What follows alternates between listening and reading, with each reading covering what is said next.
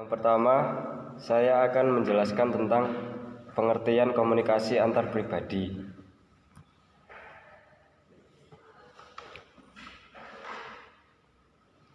Komunikasi antar pribadi adalah komunikasi yang berlangsung dalam situasi tatap muka antar dua orang atau lebih, baik secara terorganisasi maupun pada kerumunan orang. Dua, komunikasi interpersonal adalah interaksi orang ke orang, dua arah, verbal dan nonverbal, saling berbagi informasi dan perasaan antara individu dengan individu, antar individu di dalam kelompok kecil. Jadi, komunikasi interpersonal atau antar pribadi adalah proses hubungan yang tercipta, tumbuh dan berkembang antara individu yang satu dengan individu yang lain dengan gayanya sendiri, menyampaikan pesan kepada yang lain, sedangkan yang satu dengan gayanya sendiri menerima pesan dari sumber. Yang kedua, tujuan komunikasi antar pribadi. 1. Mengenal diri sendiri dan orang lain. 2. KAP memberikan kita kesempatan belajar sejauh mana kita terbuka pada orang lain, sehingga kita dapat menanggapi dan memprediksi tindakan orang lain. 3. Mengetahui dunia luar. 4. KAP memungkinkan kita untuk memahami lingkungan baik objek, kejadian, dan orang lain. 5. Menciptakan dan memelihara hubungan menjadi bermakna. 6. KAP yang kita lakukan bertujuan untuk menciptakan dan memelihara hubungan yang baik dengan orang lain. Hubungan tersebut membantu mengurangi kesepian dan ketegangan.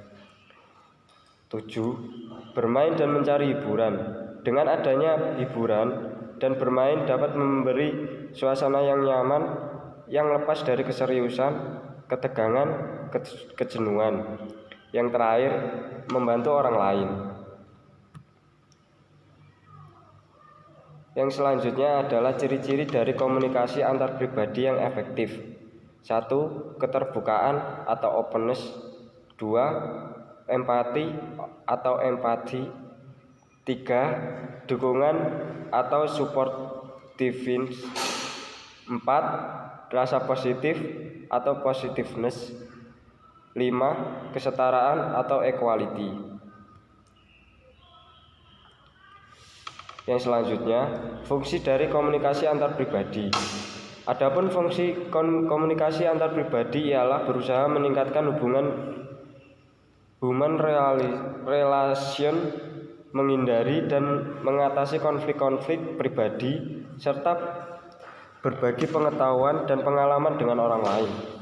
Melalui komunikasi antar pribadi, individu dapat berusaha membina hubungan yang baik dengan individu yang lainnya, sehingga menghindari dan mengatasi terjadinya konflik-konflik di antara individu-individu tersebut. Baiklah, yang selanjutnya ialah komunikasi dalam organisasi. Pengertian komunikasi dalam organisasi yang lebih sederhana dikemukakan oleh Arnold dan Feldman pada tahun 1986. Bahwa komunikasi organisasi adalah pertukaran informasi di antara orang-orang di dalam organisasi, di mana prosesnya secara umum meliputi tahapan-tahapan ascension, comprehension, dan acceptance as true, dan recension.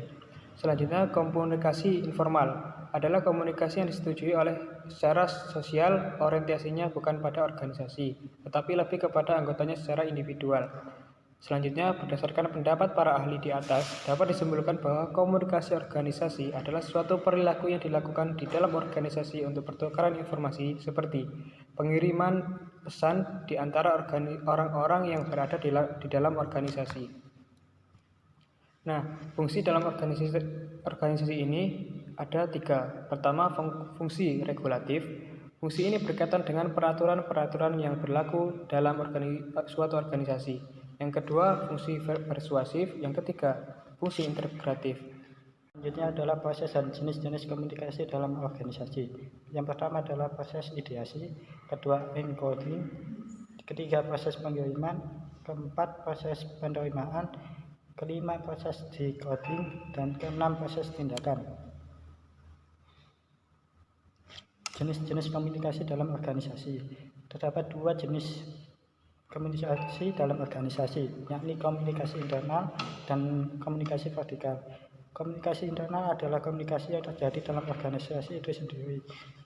Dan yang kedua adalah komunikasi vertikal, yakni komunikasi dari pimpinan ke staf dan staf ke pimpinan dengan cara timbal balik, two-way traffic communication.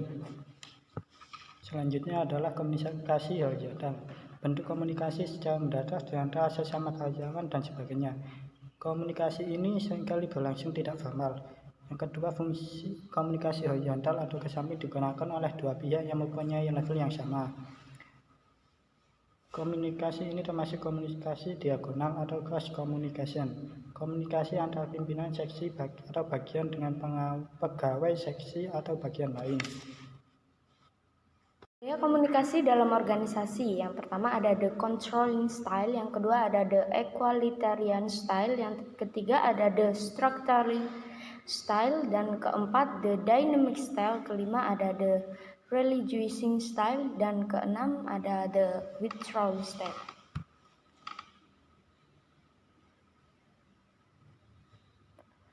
Hambatan komunikasi dalam organisasi. Yang pertama ada hambatan dari proses komunikasi yang berupa hambatan dari pengirim pesan, hambatan dalam penyandian atau simbol, hambatan media, hambatan dalam bahasa sandi, atau hambatan dari penerima pesan. Yang kedua ada hambatan fisik, ketiga hambatan semantik, keempat hambatan psikologis, dan kelima hambatan manusiawi. Cara mengatasi hambatan komunikasi dalam organisasi ada gunakan umpan balik, kenali penerima berita, dan bagaimana latar belakang pendidikannya, bagaimana pengetahuan tentang subjek pembicaraan, sejauh mana minat dan juga perasaan, rencanakan secara teliti, pertimbangkan juga dengan baik-baik, misalnya apa, mengapa, siapa, bagaimana, dan kapan. Sekian presentasi dari kelompok kami. Apabila ada salah kata atau perbuatan kami mohon maaf. Terima kasih. Wassalamualaikum warahmatullahi wabarakatuh.